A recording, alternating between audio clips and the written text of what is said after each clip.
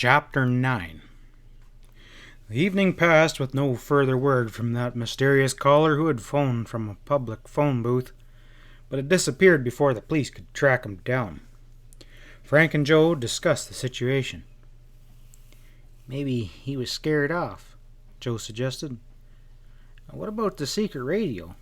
Someone may look in that trunk again. That's right, Frank agreed. I'll bring it in here, but each time we leave the house, we'll take the invention along with us. Before the family went to bed, Miss Hardy turned on the burglar alarm, which was connected to every door and window in the house and the garage. There was no disturbance during the night. "We're safe so far," Frank remarked at breakfast. "Maybe the police have caught Chris and the others. I'll phone over to Chris Collig." "Sorry, Frank," came the report from headquarters. "None of my men have picked up a clue." Almost a week passed, and still there was no news. The kidnapper smugglers had covered their tracks well. Joe had recovered from his experience, and Frank's injured leg was healed. The brothers were ready to continue on with their sleuthing. They asked Chet, Jerry, and Biff to help them. "Gross and the others may sneak back up to Bayport," Frank prophesied. "They'll get nervy soon, and we'll have a chance to trip them up." "Well, where do we go from here?" Biff asked. "A tour of the docks," Frank answered, "to look for a whaler." A long but wary search of Bayport's busy waterfront yielded nothing. Finally, all the boys went home. Frank and Joe found that Aunt Gertrude had been shopping. "Who's that new young man working in Bickford's jewelry shop?" she asked abruptly. "I never saw a young man working in there," Frank replied. "The only clerk I know of is elderly, and he's in the hospital right now." "A young man, I said," Aunt Gertrude repeated in a tone that did not invite contradiction. "A very suspicious-looking young man. He wasn't there the last time I went in." "Well, he's new to me," Joe remarked. "What happened?" "Well, you see this diamond pin that I'm wearing?" Aunt Gertrude pointed to a small one on the shoulder of her dress. "Well, this clerk, he just kept eyeballing it while I was looking at some inexpensive watches." "Could be he was just admiring it, Auntie," Frank suggested. "Admiring, yes, with the thought of stealing it." Aunt Gertrude was warming to her subject. "You can't fool me about young men. Besides, I seen that clerk somewhere about before." "Where?" Joe asked. "I'm not sure, but I know I seen him before." "Is that all you got against that poor fella?" Frank asked jokingly. "It's enough, you mark my words. That young jewelry clerk, he's a bad one. Next thing we'll hear, he'll be in the penitentiary for robbing his employer."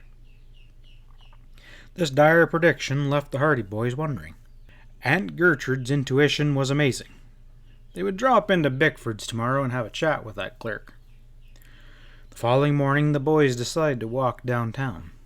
They made sure their mother and aunt were be home to guard Mr. Wright's invention. On the way, Frank said, "I wonder why those smugglers operate in Bayport. Wouldn't you think they'd pick one of the larger cities?" "Well, perhaps they're known in those places," Joe suggested. "I wish I could have heard more when I was listening to them in the cave, like where the diamonds and the electronic stuff came from, and where they make their headquarters." Suddenly, Joe gripped his brother's arm. "Look," he said tensely.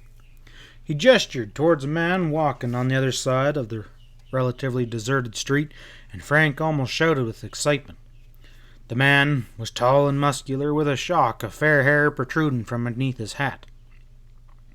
He was the person who had been at the airport, the one they now suspected might be part of the kidnapper smuggler gang. "I'll bet his name is Chris," Frank whispered. "Well, let's trail him and see where he's going." "Well, we better cross the street. He may catch sight of us." Excitingly, the Hardys hurried to the opposite side and fell in behind that fair-haired man. Chris, apparently unaware that he was being followed, walked along at a rapid gait.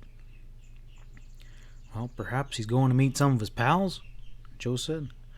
We won't let him out of our sight, Frank said. If we meet a policeman, I'll ask him to notify headquarters. They were careful to remain far enough behind so that there was always several people betwixt them and their quarry. The fair-haired man did not look back. He seemed to be in a hurry. You'd think that no cops were in here in Bayport, Joe complained when the boys had gone several blocks without meeting one. The Hardys trailed the big man for several blocks, and abruptly he struck off down a side street. The boys had to run in order to keep him in sight. Perhaps, Joe said, he saw you and me and is trying to shake us. I don't think so. I believe he's going to the railroad station. Good grief, if he takes a train out of town, we'll lose him. I don't intend to lose him, Frank declared. How much money you got with you? Joe groped around in his pockets. About $7. Well, luck's with us. I have 30. We'll take the train if he does, but I hope he won't go far. It was soon evident that Chris was indeed bound for the station. When he came in sight of the big brick building, he broke into a run and disappeared through the massive doorway. The Hardys hastened in pursuit, still looking for a policeman. And just before they reached the station, they saw one of their friend's fathers. Quickly, Frank told him the story and added, "Call headquarters and my mother." And then he dashed after Joe. When the boys entered the station, they saw Chris was just leaving one of the ticket windows. He ran across the exit and raced through it and darted towards a waiting train. Frank stepped up to the window, which the fair-haired man had just left. "Where to?" the agent asked. "We wanted to meet a man here," Frank explained. "He's a big fellow with blonde hair. Have you seen him?"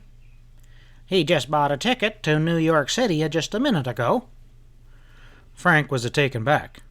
He had not anticipated that Chris would be going as far as New York. However, once picking up on the trail, the young detective always tried to follow it. "We'll take 2 one-way tickets," he said. "Well, you'll have to hurry," the agent said. "The express is due to leave right away." Frank grabbed the tickets, and he heard a whistle and saw that the train was beginning to move. The boys dashed to the platform, Joe in the lead, scrambling up the rear steps of the last coach, with Frank following. When the boys had recovered their breath, they went through to the coach that Chris occupied. They halted in the rear doorway and made a quick survey of the occupants. Alone in the front seat, they saw a familiar thatch of yeller hair. Chris was unaware that he was being followed. The boys took seats in the rear of the car and settled down for the journey. End of chapter 9.